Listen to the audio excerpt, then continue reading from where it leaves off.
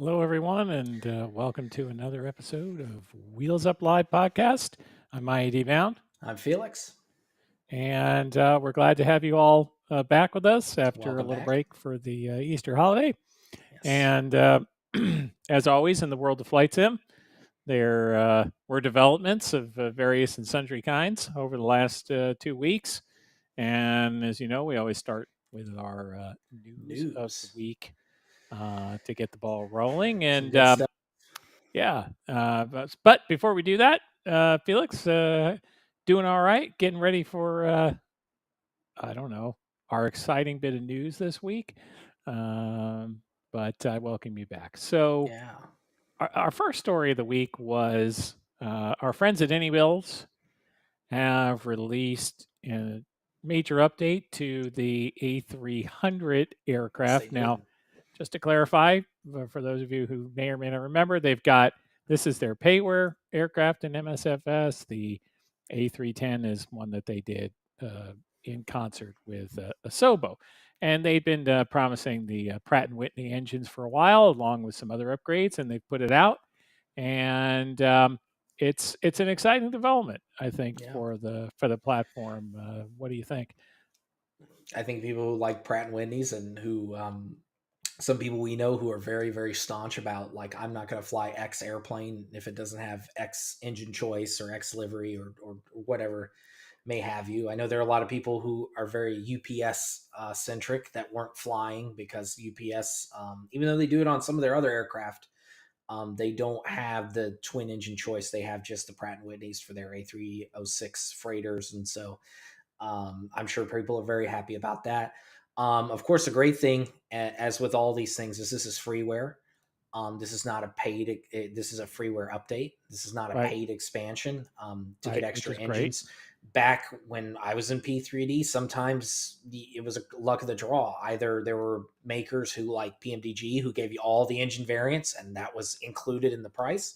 And obviously it was more expensive. Or some add-on makers were like, you got to pay for each engine choice, like the P3D Captain Sim. You know, there was a Rolls Royce, there was a Pratt Whitney set for the 757, 767, etc. And so this is good stuff. You know, we do like to see that these and there's other add-on makers we're going to talk about where they're offering these kind of really substantial changes to the aircraft, to the airframe, fuel management, technically gauges, because Pratt and Whitney's operate off of EPR. They don't operate off of N1 Right. as the main thrust metric. And so, yeah, it's a very, very good thing that they're offering that for free. Now, of course, the next thing and kind of the one I'm waiting for is the Epic mod for Right. the FedEx and kind of UPS operations, because I mainly do freight, and that's all I'll ever really do in the A300 for freight. But And tell the audience a little bit more about what the Epic Yeah, mod so the is. mod is basically it's Honeywell. Somebody will fact I check me. guess I it's think it's Honeywell though. It's Honeywell did a mod for the EFIS, the Electronic Flight Information Instrumentation System, excuse me, which basically replaces the some of the analog gauges, so your altitude, VSI, those sort of things, with a traditional primary flight display, navigation display like you see in modern aircraft. And so right. um, that's a pretty big deal. It's obviously going to be at cost because they're going to have to do a reworking of a lot of things on the Yeah, and they've already background. said that will be an Yeah, additional and that'll be cost. at cost. But anyway, my point is A300, Pratt Whitney's, they've got the updated radios, they've got CPDLC now. These are all great things. These are things that people love to see now in these add-ons, and it's great that it came for free. Yeah, and I got to say, I've had a good number of hours in it. I think that Any Builds continues to make excellent sort of A to B aircraft Yes. setups. There's a few lingering issues here and there that I know they're working on. Mostly, the one that has tripped me up perhaps was related to a few select airports and Navigraph data, but pretty minor stuff. And it's a very pleasant plane to hand fly. It feels heavy. It's a big plane, and it's quite pleasant. The LNAV, VNAV elements, as I understand it, are pretty true to life in terms of what the A300 could really do. They have one little conceit, if you will, that you can turn off if you like, which it will draw curves on the ND, which the actual plane doesn't do. But okay, Yeah, I think that's a whatever. little bit for your convenience. One of the other things I really like in their EFB, I wish more devs would do this. They have individual noise sliders by category. Yeah, I really like it for the exterior noise. So if you flip to the outside, your ears don't get blown out. There's just a lot of nice quality of life features in the A300, and I'm glad to see that they updated that. And we're actually yeah. going to talk a little bit more about the A300 later in the Later on, show. yeah, So another big news announcement this week in terms of updates came from um, our friends at Just Flight, and yes. they've just released a major update to the BAE 146, which includes some major changes that I know have caught your attention. Yeah, I don't.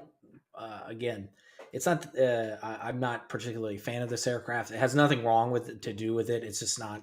It's never been my cup of tea. Never piqued my interest. But I know that some of the people that I've talked to that have flown it are really excited. They've flown it a lot recently. They love it. And so the big key core changes to this aircraft is we finally, at least for the people who have it, people have finally received the UNS-1, the custom FMS, which is this unit right here.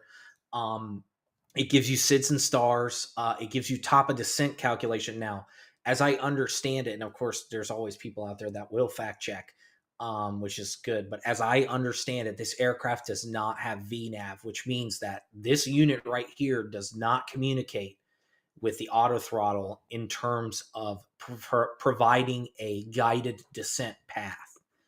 Basically, that's still up to you, but this does give you the calculation. So you say, hey, this is where I'm going. This is what we're looking at. And it says, okay, here at this point, you need to start your descent, which is good. It gives you SIDS and stars and does. And I think a lot of people were looking at this because it's a prototypical addition to the aircraft, meaning that it is something that is in that was retrofitted or put in a lot of BAE 146s. Yeah. The other thing is, and we didn't put a picture of it up there, is the cabin. So they've redone the cabin. There's a lot of extra functionality in the cabin for people who like to play passenger simulation. Again, not my cup of tea, but that's Oh, okay. And that's it's fine because it's cool that people are showing off the ability to develop these things and that have like little to no performance loss. right. And that means and that's what I really think people need to pay attention to. It's not the fact that they're doing it, it's the fact that we're allowed to do it now, and we can do it at a limited performance cost overall. Versus in P3D, like I talked about Captain Sim. The Captain Sim interiors, the FS Labs interiors are really well done for that time. Again, Hmm. not well done now, well done for that time Right. when they were And that released platform.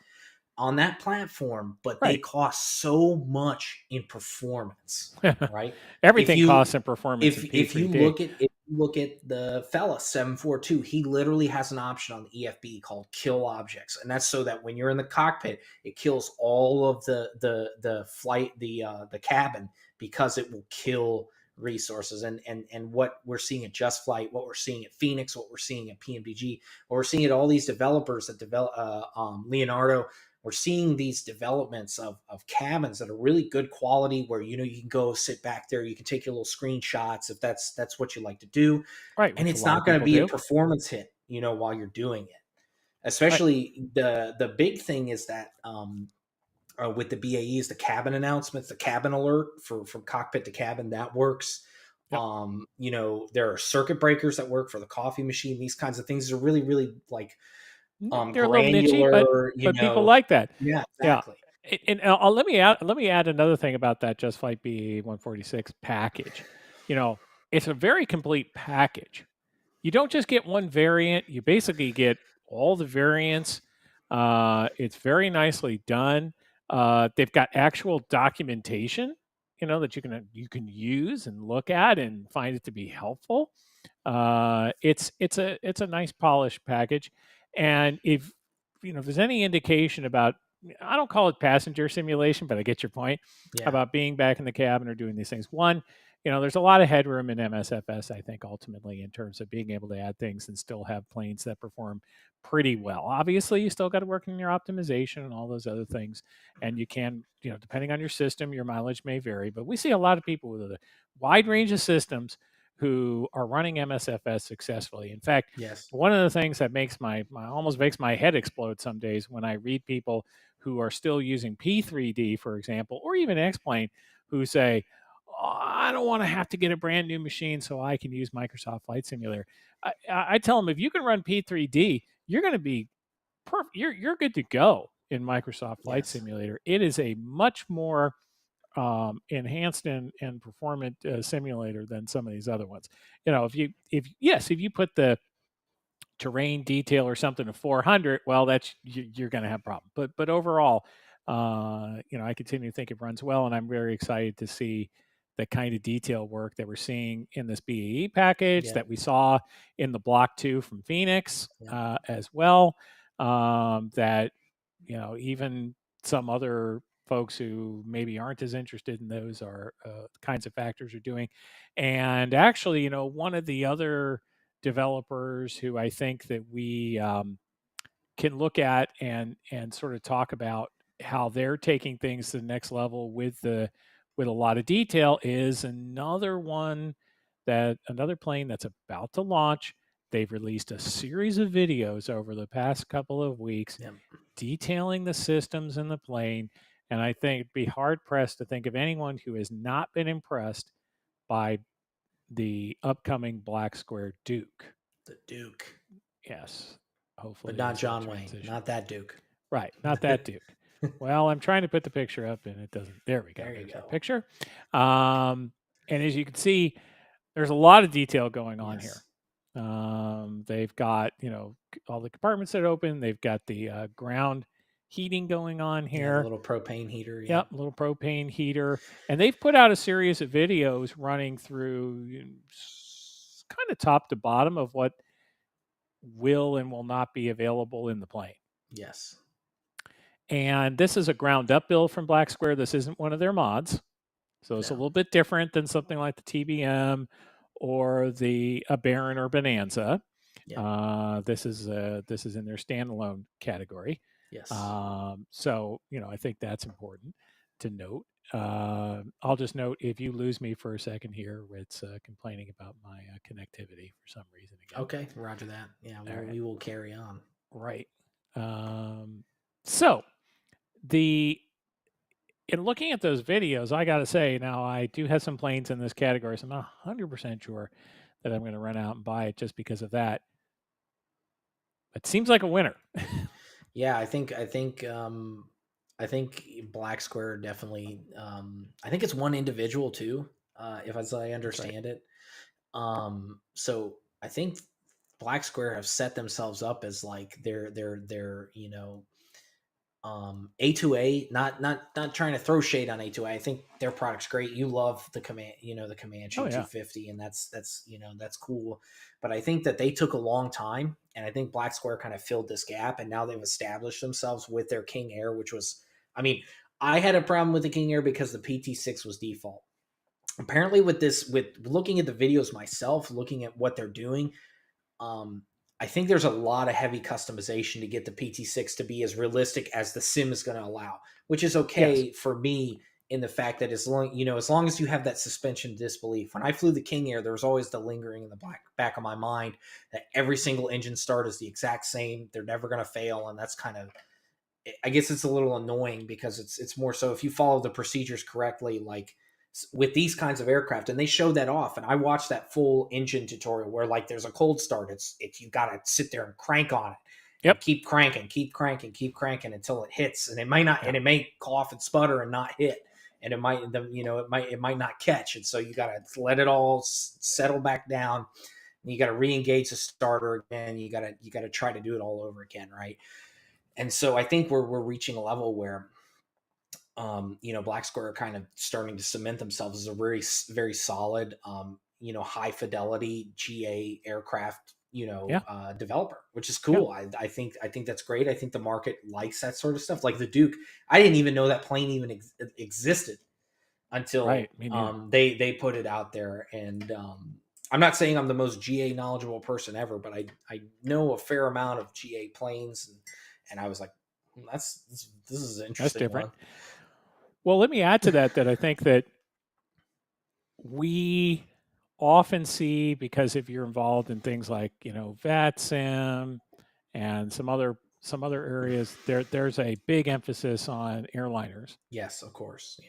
But the truth is when you actually look at some of the older forums, we go to an AVSIM, if you go to some of the something like Pilot Edge, a Discord, a heavy focus on GA flying. Yeah. People, there are a lot of people who either fly themselves, have always wanted to fly, and they like planes. They one thing they love about MSFS is being able to look out the window and sort of It looks good. and legitimately fly VFR, which you can do. Yeah. It was Absolutely. harder to do in some of the other sims. Not Yes. impossible, but just a little harder. So, I mean, for example, I mean, if I do a VFR flight in the Los Angeles area where I'm familiar with it, and I can pick out all landmarks I need to go wherever I want to Yeah. go, and it's very pleasant. And one thing on the A28 piece that is a little different is, of course, AccuSim is a big piece of that. So, Yes. it really is a flight model. It's ground handling Yes. model. There's just some elements in there that others don't necessarily have, or they haven't Yeah. customized to that degree. Hopefully, we'll see if A2A, whatever their next couple of products are, take full advantage of that. Please a I piston twin. Please. we'll see, we'll see. Piston twin. Um, Other news this week, Beyond ATC, who some of you may be familiar with them, they are a third-party developer that is working to provide a an ATC interface for you to use in Microsoft Flight Simulator. Currently, it's set up for IFR flying, but VFR is on its way, I guess. They had made a number of sort of, hmm, I'll call it stumbles here and there in terms of Yeah. sort of saying we want to set the pricing up one way, we want to do it another way, and sort of bounced around. But they settled on something which I think is perfectly okay. They've got basically what's going to be a $30 product, which is not bad at all, and it gets you quite a bit. It gets you more or less unlimited to what they call kind of regular AI voices, which are still very good. Hmm. And then there's some premium voices cost a little extra. But the big question that they had for a lot of users was they are working on also having the product um, control AI injected traffic, like from FSLTL or that sort of thing. And indeed, I believe one of the FSLTL developers is working with Beyond ATC Yeah. to put that all together. And so they asked the community what they were interested in terms of would they like to have the standalone one or the one with or wait to get the one with traffic. And there's an overwhelming response for the standalone model. So they're going to put the standalone model out. And when the traffic is done, that will be added in at no extra cost. So I think we're probably pretty close to release on that product. I know it's not everyone's cup of tea. I will say that from what I've seen, it works surprisingly well. It's sophisticated. I think it's pretty nice. I've not really looked a lot at say intentions, which started more of the VFR side, but I would say of the bit that I've seen beyond ATC looks like it'll probably may end up being the market leader. Yeah. We'll see. I'll tell you this much: it's a colossal step forward in this whole area compared to Yeah. I everything that think I've I seen think before. that I remember when I had Pro ATCX, and that was kind of like, because hopefully there's I will say the one thing that I think that a lot of these add-ons don't really think about are things like preferential runway configurations. So every airport, at least here in the United States, and actually pretty much every airport in the world, has a preferred way that they want to run. And Yeah, sometimes it's time based, sometimes it's wind based, sometimes it's a factor of all those things. For instance, you just said LA. LA from zero dark. to 300 runs. East. They run east, and then from 300 to 600 they do suicide ops where they're departing on the sevens and they're departing on the 2 5s and landing on the sixes. And then from 600 to again zero dark, it's west ops unless the tailwind is greater than 10 knots. And so I think, and this is, we kind of get into this discussion about, like, when I had pro ATCX, it was purely winds based, even if that had nothing to speak about a preferential runway configuration. So if the tailwind at LAX was like five knots, maybe it wants you to land from the east, and it's like, well, Right. that's when the goal is immersion. I think these things do have to be considered, but again, that's also a very tall task, because that would comprise of you going to every airport and figuring out how they like to run things, for certain things, and all these kind of procedures and everything. And by the way, some of that's not in documentation, Sure. you know. I don't know exactly how much they've done on that. I have to be honest. I haven't looked into that question. What I would say is that I suspect that in part of the task of handling the injected traffic may be, um, trying to figure out where that traffic actually goes, Sure. and, Yeah. and making it make sense. So some of those preferences may be in there. I also wouldn't be surprised to find that over time, particularly for the major airports, they're tweaking based on feedback. Sure. Yeah, Because absolutely. if they can figure out the rules on how to route all this stuff, my guess is they can figure out some rules to filter the time based Yeah. requirements. Sure. Someplace like Heathrow, where they switch at Yeah. 3 o'clock in the afternoon or whatever it is. But I guess Exactly. we'll see on that. That was a big one. Now, you may have noticed we have something new up on our screen Yes. here, which is the FS Expo logo. Uh-huh. Wheels Up Live is a media partner now with FS Expo, and we thank them for that. And there is some FS Expo news as well. So I just wanted to let you know that just yesterday they released some of the schedule for the expo, including some of the add-on activities. I know for me personally, the add-on activity that I'm excited about is that they're going to be offering tours of the Las Vegas Tracon and Tower. So that's what I would consider to be a pretty special thing to be able to go do. And I'll tell you there's no ground tours, but last year I did do a ground tour that took us out at Houston Intercontinental or Bush Airport, and got to be sort of up close and personal on the cargo ramp with an Atlas 747, and a little bit. Some other people walked a ways over to the MD-11, and it was a very good time. Even though it was about 1,000 degrees in Houston, but that's just how it'd be 1,000 degrees in Las Vegas. So either way, Yeah. but in addition, there's going to be plenty of presenters. Some of those are already known to you, like Bluebird are on that list. Say Intentions is on that list, and we'll see who else pops up. One exhibitor whose name has not popped up officially yet, but I'm still expecting them to be there, is PMDG. Yeah. So, for those of you who are interested in FS Expo, down below in the description, we've added a link for it. If you'd like to register, this particular registration does reference us. It just lets them know where you found the link. That's all. Yeah. We don't get That's any it. Yeah. remuneration or anything. It's just because we like the folks at FS Expo. Evan and Phil, they're good guys, and they put on a fun show. So I hope you'll check that out. So our big topic for today, our feature topic, Feature. if you will, for the day Drum roll. is well, I'd like to bring it up, but of course now it's complaining that it doesn't want to do what I want to do, because welcome to technology here in the 21st century, Yeah. which still doesn't We love work that in 2024 we're still having these quite kind of. right. So while I am waiting for that to work, I'll tell you what we'll do. I'm going to hand it over to you, Felix, for a moment to talk just generally about um, your experience with long haul, Oh, yes. and I'm just going I'm to gonna bore sort of people to death. reload this while you talk. All right. Yeah, that's fine. Yeah. So I guess we'll just go ahead and talk about our topic today is going to be on long haul, what it is currently in the sim, where it's been in the past, and kind of where it's going, and then the stretch goal of long haul. And as far as my experience, realistically, my experience started on long haul really when I first started flight simming way back.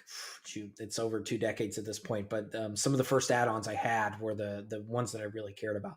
PMDG quotes, the original for FS9, FSX, um, and the Level D 767. I think my first long haul I ever did was based off of a World Air Route video from Just Planes for the Air Canada 767-300, which was from Toronto to Santiago, Chile, and that was the first long haul I ever did that I actually like sat down and figured everything out. And so long haul's come a long way since then, because back then like 3D cockpits kind of sucked, and virtual cockpits and everything like that. And now we have really a bevy of add-ons, and it's just grown. And obviously FSX, we had additions, the PMDG, the MD-11. We started seeing those kind of aircraft make their way. Captain Sim released the 767 L1011, and yes, it's just, I mean, honestly, it's been a staple of this hobby. People have always wanted to do it, and now the sims are just at a point where it's a very easy thing. It's about as mundane to do it as it is in the real world. Before, like, I mean, neither one of us was alive, but on October 26th, 1958, when Pan Am did the first transatlantic flight in a jet, Yeah. these people were like, there was a celebration either side. This was a really Right. big deal. Ribbon cutting and that sort Yeah, of thing. ribbon And I cutting am and back, as you big can deal. see. Yes, and of course, Dan took his time machine and he came back, and now he's back here with us. Exactly. Exactly. So so I think we thought we would, and I apologize that I missed a little bit of what you said, obviously, but I think we thought we would break it down, sort of with a. We're going to focus mostly on MSF, Yes, Microsoft Flight Simulator for this segment, but sure. we are going to mention some other options and other things that are going Yes. on. And the other thing, we thought we might structure it so we're going to talk a little bit about kind of where we are now, Hmm. what our next little couple of months probably looks like, and Yeah. then sort of a longer term view, what we'd like to see. And I think there's a general proposition in the community that we don't have any really, sort of top notch long hauler.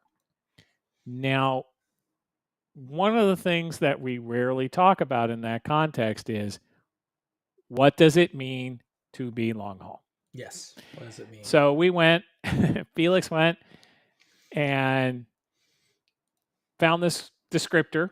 As Yes. you can see, we have ICAO on there and IATA, and I'm not sure who Kappa is, but that was in I the actually answer. couldn't tell you who Kappa is either. I know Okay, who good. Okay. IATA and ICAO are, but not Kappa. Yeah. And so, as you can see on here, this helps, I think, put a little definition around some of Yeah. this, and particularly in the ICAO context, I think, which is where most of the airlines are really, right? In Yeah. terms of the primary one that they're looking to for guidance. You've got long haul at 8 to 16 hours. The truth is in this plane, in this sim, I mean, in this we plane, yeah, yeah. we do have a number of planes already Yes. that meet these guidelines. I think Yes. a lot of them are maybe overlooked or not thought of in Sure. that context because they aren't maybe the marquee long haulers. I I think I get where you're going with that, and I think you're absolutely right about. I think that people overlook the fact of something like a Boeing business jet, which we have. We have two of them. We have the BBJ one, which is the 700. It's got Right. a range of about 6,000 nautical miles, which, by the way, is intercontinental. So yes, it's very Absolutely. much a long hauler. And we have the BBJ2, which is the 800, and that has a range of roughly like 5,200 nautical miles.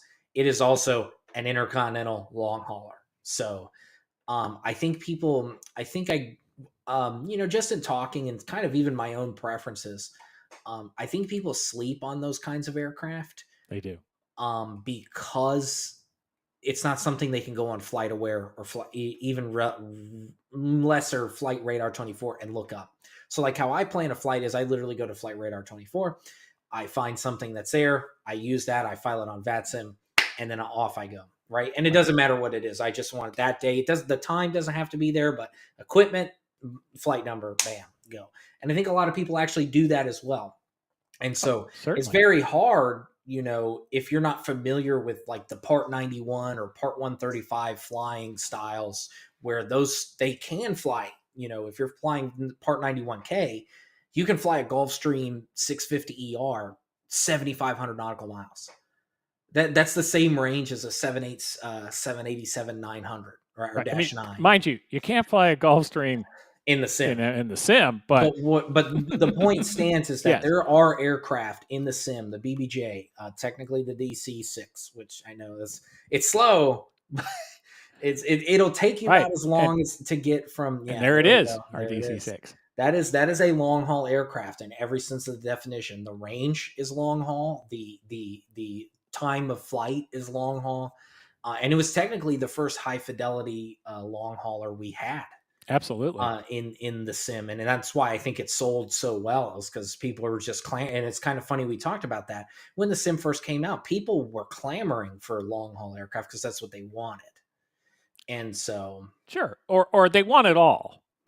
well, they Right. obviously they Right. want it I all, mean, but there yeah, are and initially, the default 747 or the default 787, they just weren't, really ready for no, prime time. Although Working Title has done, and this is on, I think irrelevant. Working Title's done a lot to sort of yes, bring them up, and there's a couple of other folks on the freeware side who've made mods to make both of those planes even better.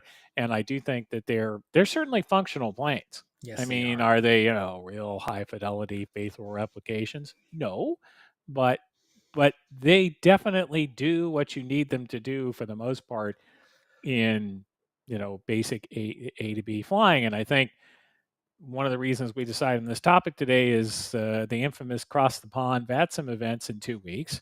yeah, People are always saying, well, what should I fly? And why don't we have this available, and why don't we have that available? And we're getting to a point now where sometimes I think either people, as you said, are sleeping on options, yeah, or they're using products that are probably going to be just fine. yeah, They may not be your first choice, but they'll be fine. So I see people who are using the Headwind hmm A330. yes, yes, the For 900, example, a yeah, lot of people enjoy that plane in MSFS. People do sleep on the BBJs. The one downside about something like a BBJ is that they tend to be a little slower. It's just, it's just how it goes, versus blasting away in a 747. It's just, yeah. just, I just will how it say is. that I did one CTP I did it in the BBJ one, specifically November 888 Tango Yankee, which is the guy who did Beanie Babies. If you know what a beanie, I'm sure you know what a Beanie Baby is, Dan. The I do. guy Yeah, I do. the guy who came up with Beanie Babies, Ty Warner. That's his Yeah. aircraft. I didn't choose it because of that. I chose it because I think it's got a really awesome livery on it, which is a lot of why you would choose whatever BBJ choice, right? But I did it. I did it from your airport, Dallas. Hmm. From there to Vienna, and yeah, you're right, it's slow. I think I had the cost index at max, and Hmm. and you're like, Right. Right. and you're just burning through fuel, and like Right. everybody else around you, it's like you're getting passed by like Right. A321s and Exactly. 757s, and you're just like, this is terrible. Right. That part's a little bit of a downer. Yeah, and Uh, and it, and by the way, don't take a DC-6 on Cross the Pond. well, no, you can't, because And you have you to be able. can, Yeah, yeah, you have to be able to fly certain SIDs and speed, stars, and there yeah, are certain requirements. Also, please stop asking to fly the Concorde. Um, so here's one I think people sleep on: the A300 that we were just yes, talking about, which is a yes. very capable Yes, long it haul is. plane. And I think in the current state, from any builds, both in Microsoft Flight Simulator, and you could do it in X-Plane too, it's a perfectly competent uh, across the pond plane. It is. By the way, let's admire here just for a moment the top notch, practically looks real screenshot here from Felix, because this is pretty amazing, Well, actually. thank you. Yeah, this is actually was a long haul. This was Boston to Gatwick. This was Okay, Boston to right. Gatwick. One of their routes. I was kind of feeling cheeky and did that. This is actually the you can't tell, but this is the white livery. This is not the bare metal livery. So Yeah.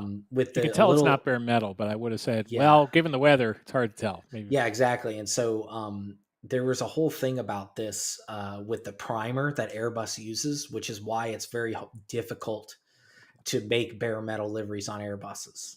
So that Mm, was kind of a whole thing, and that's why when they merged, American merged with U.S.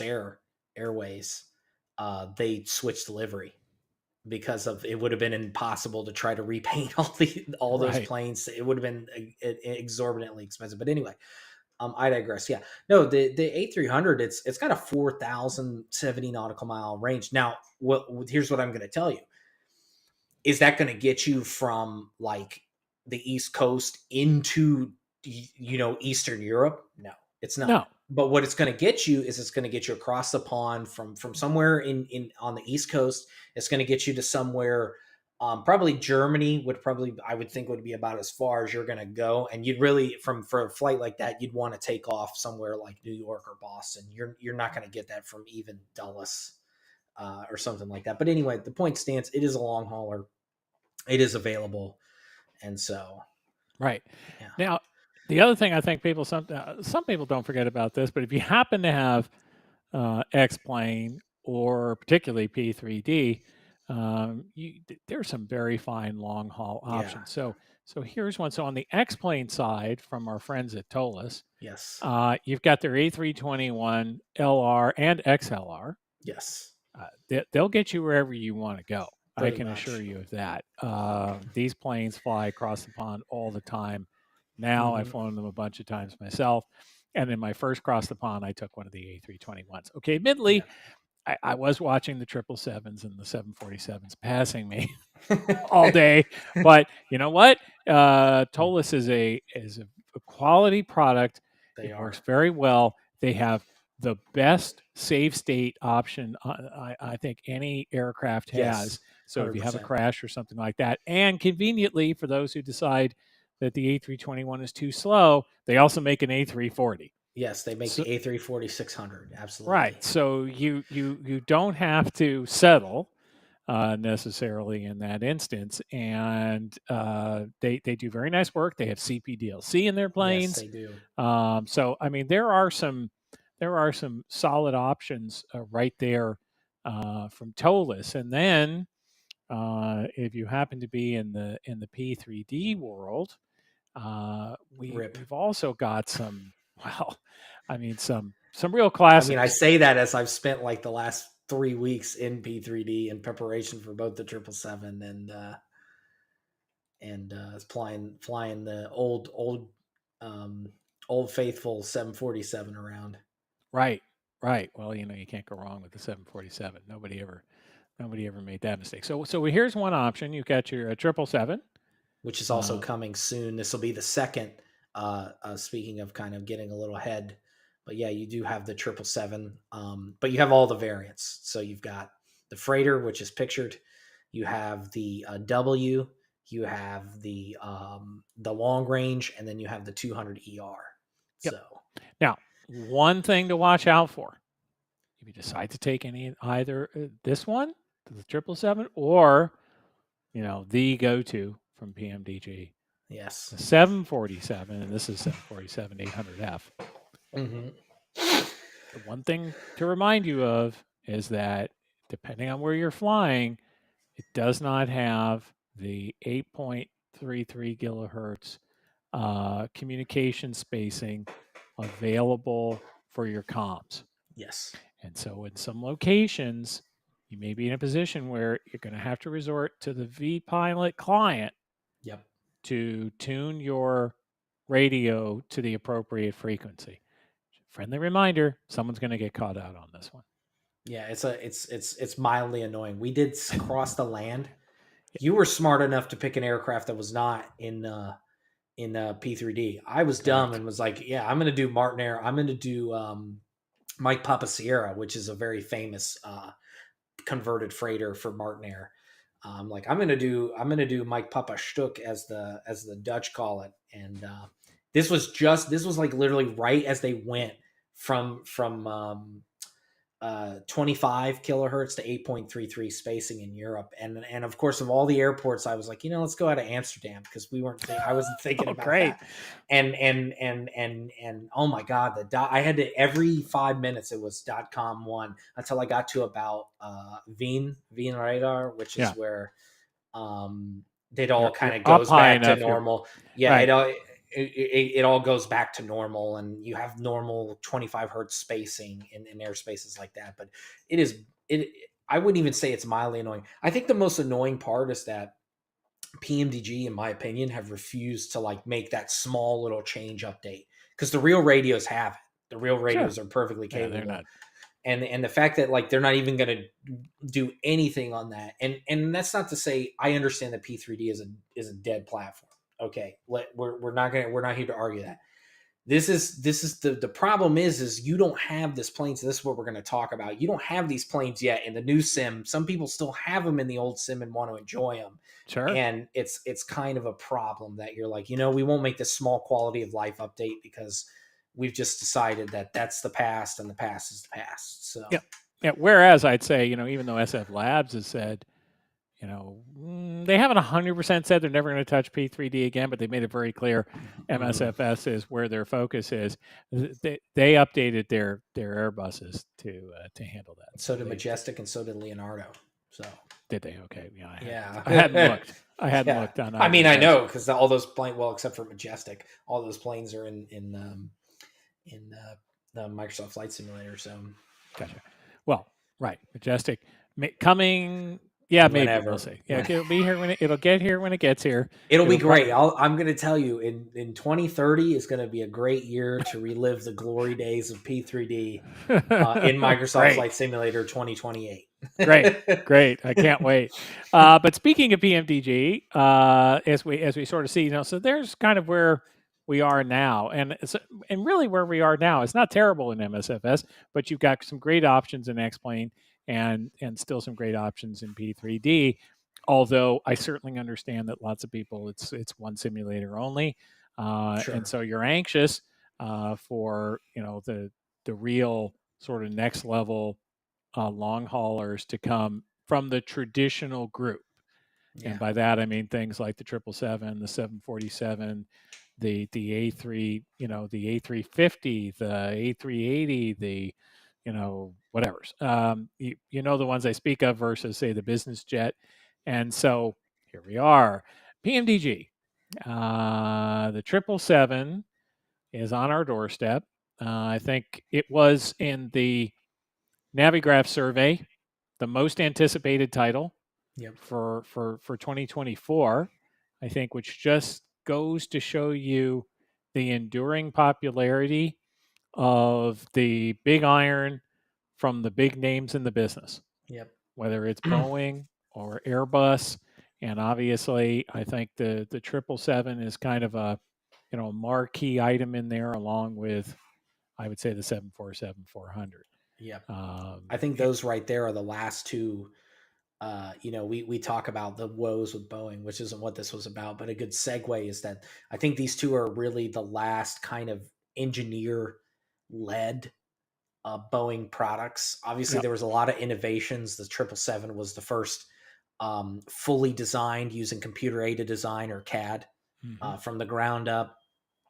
CFD flight modeling stuff like that, where basically like instead of you going out with the 777 and flying it around to see what it was going to do, you already had computer data that said this is what is going to do, and you go out and validate it, which is a lot better way of doing aircraft design. But anyway, back to the I did a little segue about the 777. I really enjoy this plane. I enjoy it now because I have it in P3D. Yes. It's fantastic. Both of us have enjoyed it recently. Get kind of Yep. prepping ourselves up. We have been. And I think just a little side note is we're going to try to release some. We're hoping to try to release some tutorials on the new one, because I think there are going to be a lot of simmers. And again, this more speaks to the fact that there are a lot of simmers that don't have P3D, don't have X-Plane, that have never actually experienced this aircraft. Right. And Captain Sim is not an acceptable substitute. I'm sorry. Yeah, no, but that's not a. it's Sorry, I haven't discussed them at all in this context, yeah, and we and won't. so We will not. and we're not going to, because that's deliberate. But Yep. we talk about this aircraft because it's a very capable aircraft. It's a very intelligent aircraft. It's an intelligently made aircraft, and it's also deceptively simple to operate. I think once people get into the nitty gritty of this aircraft, they're gonna be like, "What? This is all I have to do." You press probably maybe 50% of the buttons that you're gonna press in the 737 NG, just as an example. Oh, You know, yes, I agree with that. So you're right. I too have been flying the 777 a lot in anticipation of this. It is a deceptively simple aircraft Mhm. to fly. I think a lot of people are not familiar with that element of it. Yeah, However, I think that it is a product that puts a lot of emphasis on your preparation. If you have done the work on the ground, you're going to get a good result in in the the air. air. Yeah, If you have absolutely. not done the work on the ground, I think that you will be staring at the FMC a little bit when you shouldn't be. I think that it's a very powerful plane, Yes. and it you need to be ahead of this plane. You cannot decide on short term that you're going to make it do X, Y, or Z. It doesn't work like that. It flies beautifully. It's relatively nimble, but you cannot forget for a moment that there are two colossal engines on this thing, and we're going to be starting with the 300 ER. So we're going to That's the have most whatever powerful is the one. 115,000 Yes, pound yes, yes. of thrust GEs, and they are not kidding around. No, they aren't. It is a large rocket.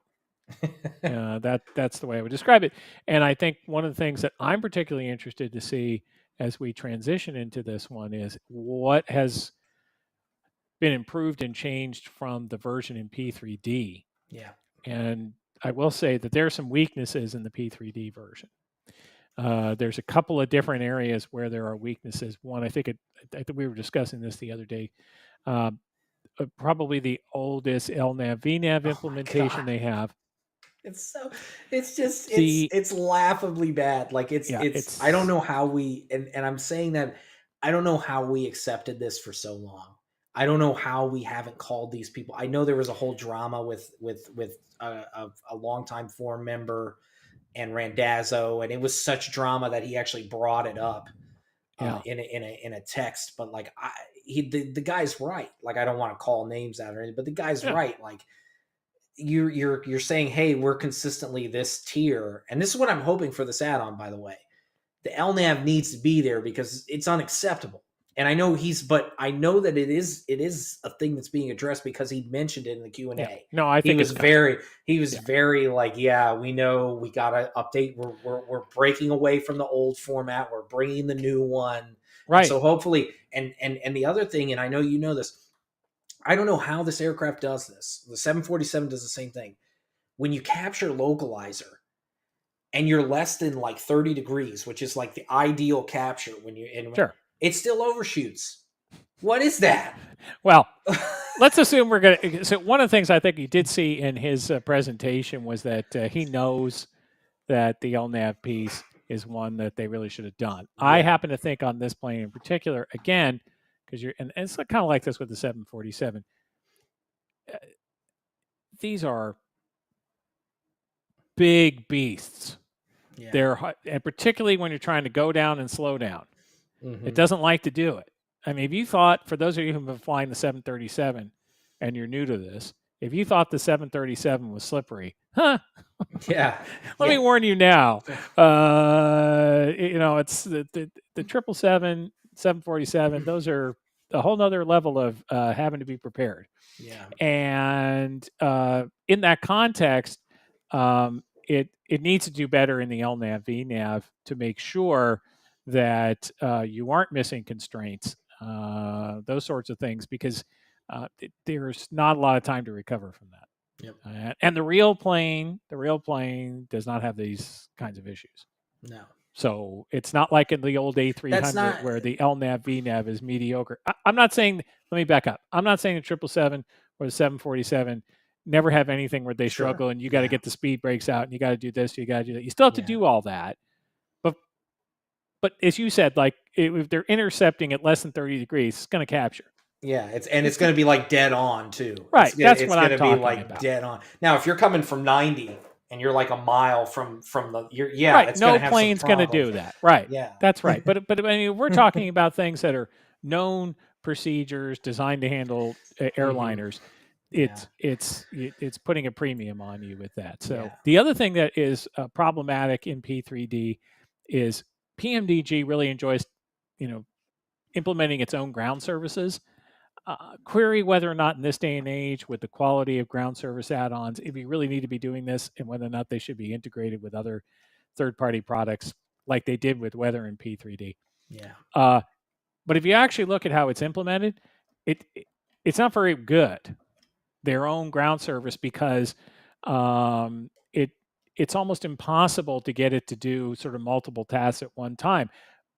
And by comparison, it actually works just fine with the 737, both in P3D and in MSFS. So I'm hoping that same Yeah. model will be ported over to this so that it works right. We also know that one of the big changes that they said they're going to have, and this is going to be, again, quality of life discussion, um, is they're going to have a native CPDLC implementation that, at least for now, is based on Hoppy. Which is fine. I don't care how they did it. They could have done it with a Right. potato. Okay. Well, I don't care. right, and I We understand Randazzo's point that there are issues. The Hoppy yeah. is not exactly how things are. Blah blah blah blah Sure. blah. Sure. But while that may all be true, Other add-ons have done it. GFO, for those of you who don't know, GFO, Global Flight Operations, which is sort of a whole concept that involved CPDLC, but a whole bunch of other things that PMDG wanted to do, is sort of dead in the water, and they haven't picked this back up. And I think they know that it's time. So Well, there's I think what you're seeing is so we have the maintenance model in the 777. right. I think what you're seeing is that was going to be a thing with GFO. Was it was going to be the big thing that was touted is its persistent state. So Yes. basically, the aircraft is like on a global network cloud, and basically the INI for the config, because it's an INI file, if I remember, it's an INI file. Just like you do when you go and you save your config, right? And a beautiful shot of the 777 cockpit here. Oh, look, the door works. Oh my gosh, Right. we For those shall of you who celebrate. are hung up, who want to play passenger simulation, the Yeah, door works. Passenger Simulator, yeah, 2020. Right. But yeah, so the oh my god, the persistent state. The Yes. persistent state, that was something that was touted in GFO. They obviously have said, okay, we're done with this. Let's get. They're probably more or less like, let's get resources off of GFO. Let's use them for actually making add-ons and putting them in the simulator.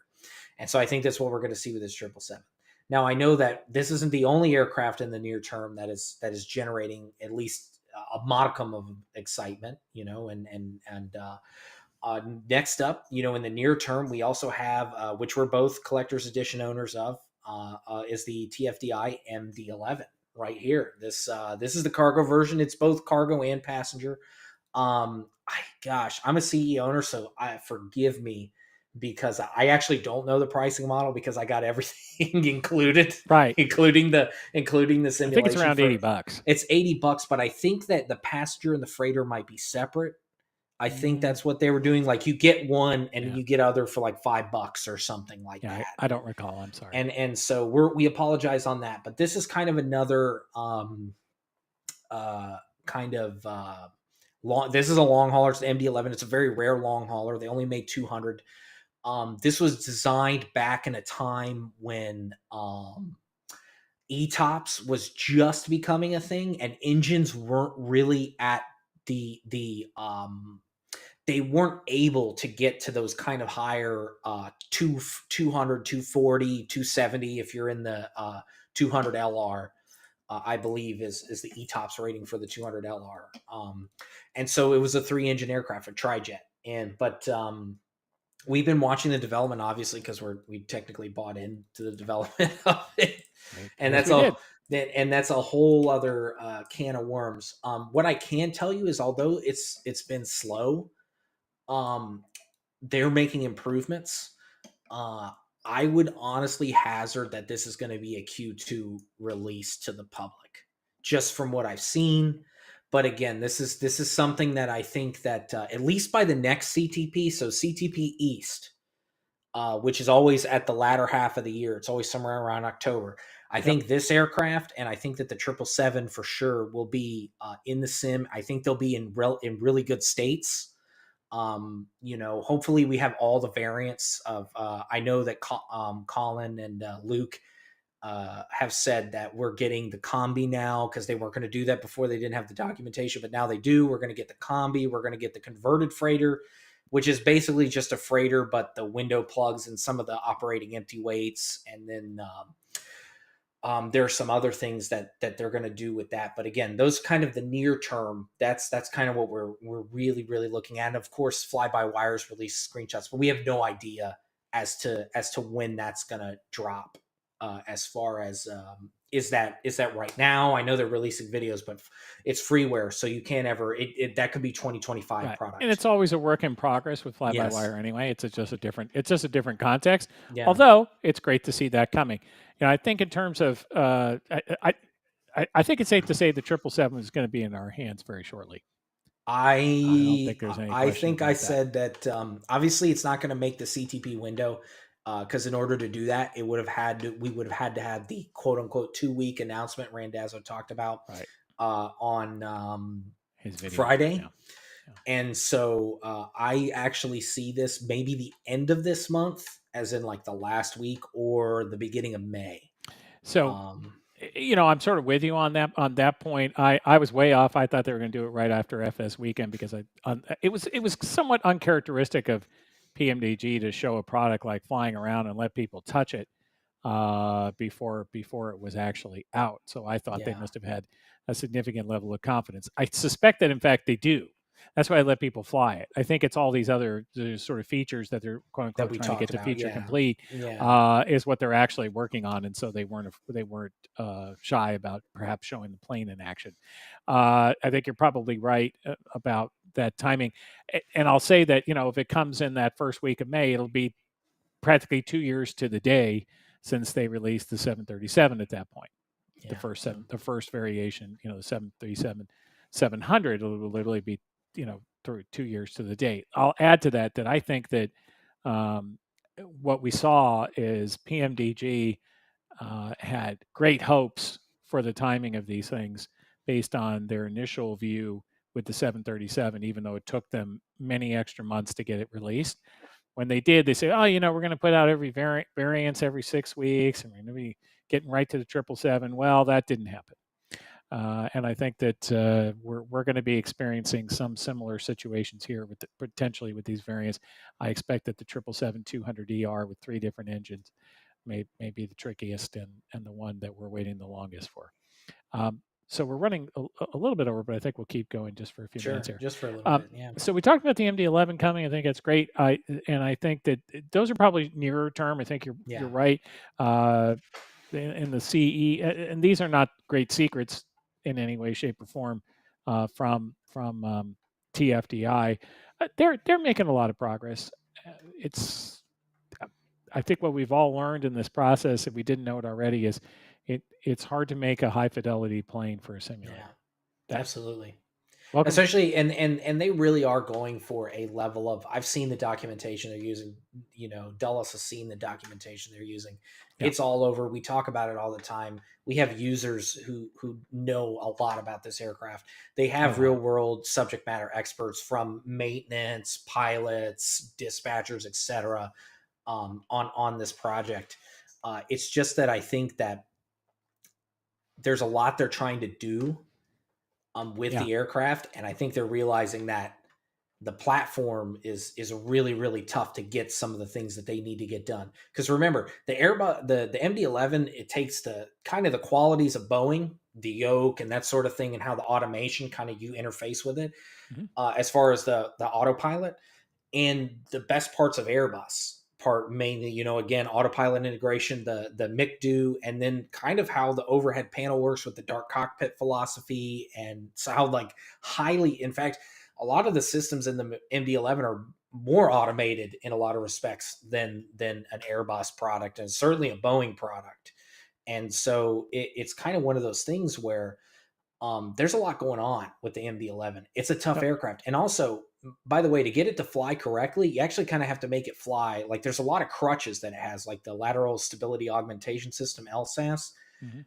that you're basically relying on to make it kind of fly right, because it kind of sucks at flying. It's just not really good at it. Right. And so it's I know that people are really, I see a lot of people, because it's an MD-11, it's a very unique aircraft. Yeah. And I think it's kind of like mythic, and it's almost like it seems like flight sim can never have a good one. At least, yeah, we hope to, fingers crossed for TFDI, but Yeah. like, I think in the end we're gonna have a solid plane. yeah. I think Colin and team are gonna keep working till we do. So I mean that we sort of talked about the near term here, and we'll just briefly touch on a little bit of long term. So I mean the obvious one from my perspective in the long term piece is the any built A350, Oh yeah, that's gonna be huge. and Can I we be have honest and yeah say that if, I am being honest the whole time. I know people make that stupid little quip about, "Oh, I right hope you're being honest the whole time," but right can I be honest and say that I think if we would have known about the A350 when we took the survey last year, I think the A350 would actually be probably the more anticipated product. I don't know. And I think maybe there's, but A350 is newer. It's kind of the new hotness, quote unquote. yes And it's a great plane. so yeah, and so I think that maybe that's definitely going to be between. I will have them both. I'm just going to say that because I enjoy both planes for different reasons. But Sure. yeah, Well, I'll say I think that there is some, as much as they're kind of a negative feedback loop sometimes with PMDG, what you see is that those same people in the negative feedback loop are buying it on day one. oh, I'll buy it on day Uh, one Right. always. No, I'm just saying, but the Yeah. people who are in the negative, and I think with any builds, I see in the discords and other things I read, there's also a bit of a negative feedback loop. And I do wonder if some of those people have actually bought the plane, because my Hmm. sense is a lot of them haven't, because Huh. they speak about it in terms that suggest to me they don't have it and haven't flown it. Whereas in the PMDG, once these products are out, the bad mouthing generally comes from somebody who it seems relatively obvious that they've got it. Yeah. And they may be nitpicking or whatever, but they've got it. So Hmm. I'm not sure any builds has quite gotten to that point where um, they get day one buy status yet. Okay. I mean, yes, I'll buy it. We know some of the people, and I think we have confidence in the work they're doing, Hmm. and we want to support them because I think that they're actually one of the few, not one of the few, they're one of the developers that has truly found a place in MSFS and brought it along from a scenery perspective, Yeah. from a just scope of products. They're they're doing a lot. They're working with Asobo too. I think they've plainly found a place in this, and I think based on what they've said, and they've shown the pictures of them going to the simulator and all of these sorts of things with the A350, that they want to nail this one. So I got my fingers crossed on that. Now we have the A380 from Fly by Wire. We'll see where that comes. Arguably past there, and any builds has discussed this. They're going to make an A380. So we'll see what happens with this. Now let's get into a little bit of a maybe it'll come, but we're also going to get in our plane time machine, if you will, and that is this cockpit. These two cockpit shots that just popped up. Was it yesterday? It was 2 days ago. Two Yeah. days ago. Do tell, Felix. Yeah. So as you can see on the bottom, FS Museum, and I can't pronounce this dude's name, but I know him. I knew him on the TFDI server as Aaron Kim. They have apparently announced a partnership in which they are developing, if you can't tell, the 747-200 Classic, which, I mean, it warms my heart because obviously with Fellas and everything, I enjoy I enjoy this plane. I love the 747. I love all the versions of the 747. I think the 747, even in more respects than Concorde, is probably one of the most important airplanes in aviation ever. Um, in fact, I think the 747 is the reason that your Ryanair tickets are like 20 euros or 40 euros or however much they are. And again, there are other kind of outcroppings with this aircraft, but this is kind of like a long hauler, but this is a time machine, right? This is one of those things that we love about flight simulation is you don't have to sim the new hotness, as I call it. You can you can go back and you can say, look, we want to, and this is something that I know Captain Crash said with his product, his 707, is that we want to faithfully and digitally preserve, this aircraft so that people can enjoy it the way that it was flown, back then. And of course you can see the Siva INS and all Yep. that sort of goodness. And that, yeah, I know some people maybe in MSFS might look at it and go, what is that thing? Yeah, please no. Yeah, I can tell you that it's actually it's deceptively simple. Well, it's deceptively simple unless you're doing all your DME updating yourself. Yeah, Then it that's gets a little fair. harder, and it only holds 9 waypoints. So there's your challenges there. But I will say it's not wildly difficult to It's use. not. But this is a plane that does put more of a premium on your use of gauges, Yes. use of uh, traditional instrument flying. Yes. Even though, yes, the SIVA will do a lot for you, it will take you a long way and help you navigate that piece and give you some important things you need to know, like anticipated arrival time at various points and things like that. In the end, this is still very much a plane for um, where you are going to be piloting more. Yes. It's a three-person crew, which as we've seen in the Fellas and in the Concorde implementation over in FSL, sometimes it helps to have these assistant features Yes, because the it plane is does. very busy. There's a lot going on, and at some point, your bandwidth for tasks can be somewhat limited. Just looking here, you talk about the SIVA piece. Um, you know, one of the things. So Felix will tell you, I'm a little bit of a naysayer on this one. Not because of the screenshots that you saw there, because that was one person's work and it looks great. It really does. But that the person who's doing the primary developing has actually been sort of working on a 742 project for 10 years. More since Uh, Flight Simulator 9. I think is it just 10 years and they were just doing it for FS9, or I think it is it said 10 always. years in the thing that in total 10 years so far, but whatever.